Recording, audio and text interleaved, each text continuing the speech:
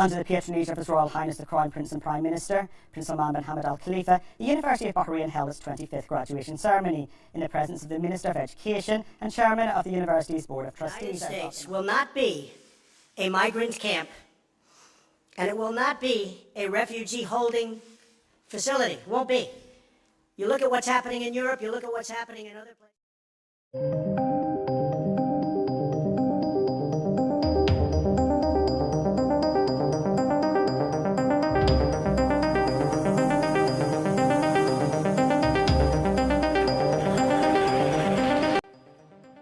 Diputus sepihak oleh FIFA, Presiden Trump mengamuk, Indonesia ditunjuk sebagai tuan rumah Piala Dunia 2026.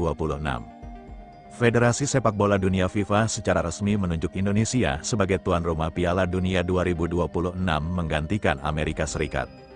Namun sebelum kita lanjut ke berita terlengkapnya, alangkah baiknya bagi kalian untuk menekan tombol like terlebih dahulu. Dan yang belum subscribe, tolong subscribe channel ini dulu. Karena satu like dan satu subscribe dari kalian itu ternyata bisa menambah pundi-pundi pahala untuk kalian.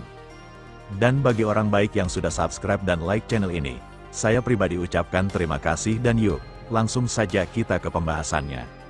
Keputusan tersebut diumumkan dalam konferensi pers khusus di Zurich setelah rapat darurat Dewan FIFA yang berlangsung tertutup dan melibatkan perwakilan konfederasi dari seluruh benua. FIFA menegaskan penunjukan Indonesia dilakukan demi menjaga prinsip universalitas sepak bola dan memastikan seluruh negara peserta dapat hadir tanpa hambatan politik maupun administratif. Presiden FIFA Gianni Infantino menyatakan bahwa Piala Dunia tidak boleh berada dalam bayang-bayang kebijakan domestik yang berpotensi menghalangi partisipasi global. Menurut FIFA, evaluasi menyeluruh menunjukkan Indonesia memenuhi seluruh aspek krusial. Mulai dari kesiapan infrastruktur, jaminan akses visa, hingga dukungan penuh pemerintah, peran diplomasi Indonesia disebut krusial dalam proses ini. Ketua Umum PSSI Erick Thohir dipandang sebagai aktor kunci yang menjembatani komunikasi intensif dengan jajaran eksekutif FIFA. Dalam simulasi ini, Erick Thohir disebut melakukan pendekatan struktural melalui forum tertutup dan jalur diplomasi olahraga, bukan melalui pernyataan publik. Paket komitmen yang diajukan mencakup jaminan kemudahan visa bagi seluruh delegasi tanpa pengecualian. Dukungan anggaran dan kebijakan pemerintah pusat, kesiapan infrastruktur transportasi dan keamanan nasional, serta komitmen menjaga turnamen bebas dari intervensi politik. FIFA menilai pendekatan tersebut konkret, terukur, dan dapat diverifikasi. Pemerintah Indonesia melalui pernyataan resmi Presiden Republik Indonesia menyatakan kesiapan penuh menjadi tuan rumah Piala Dunia 2026. Presiden menegaskan bahwa Indonesia akan menjamin keamanan, kenyamanan, dan keterbukaan bagi seluruh negara peserta tanpa diskriminasi. Pemerintah juga memastikan percepatan penyelesaian infrastruktur pendukung termasuk bandara, transportasi massal, dan akomodasi. Dalam pernyataan tersebut, pemerintah menyebut Piala Dunia sebagai momentum strategis untuk memperkuat diplomasi internasional dan transformasi industri olahraga nasional. FIFA menetapkan Jakarta sebagai pusat utama turnamen dengan Stadion Utama Gelora Karno sebagai venue pembuka dan final. Selain Jakarta, pertandingan akan digelar di Surabaya, Bandung, Medan, Makassar, Palembang, dan Bali. Penunjukan kota-kota tersebut mempertimbangkan sebaran geografis, kapasitas stadion, akses transportasi, serta pengalaman penyelenggaraan event besar. Final Piala Dunia 2026 di Stadion Utama Gelora Karno menandai sejarah baru sebagai final Piala Dunia pertama yang digelar di Asia Tenggara. FIFA menyebut pemilihan Indonesia juga merepresentasikan komitmen memperluas pusat gravitasi sepak bola global di luar Eropa dan Amerika. Reaksi internasional terhadap keputusan ini beragam. Media Eropa menyebut Indonesia sebagai pilihan yang tidak terduga namun strategis. Konfederasi Sepak Bola Asia menyambutnya sebagai tonggak sejarah dan validasi atas kemajuan sepak bola kawasan. Sejumlah federasi Amerika Utara menyatakan kekecewaan, namun menegaskan tetap menghormati keputusan FIFA.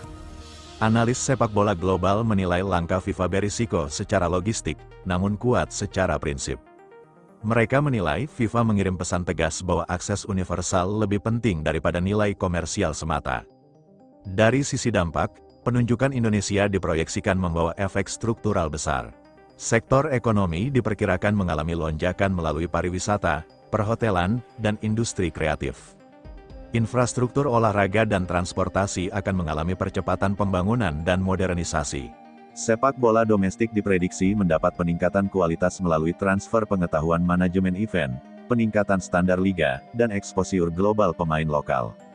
Indonesia juga diperkirakan mengalami perubahan signifikan dalam persepsi internasional dari pasar sepak bola menjadi pusat penyelenggaraan global. Namun tantangan tetap besar. Penyelenggaraan Piala Dunia dengan format 48 tim membutuhkan koordinasi lintas sektor yang kompleks, disiplin waktu yang ketat, dan manajemen risiko tingkat tinggi. FIFA menegaskan akan melakukan supervisi ketat melalui tim khusus yang ditempatkan di Indonesia hingga turnamen berakhir.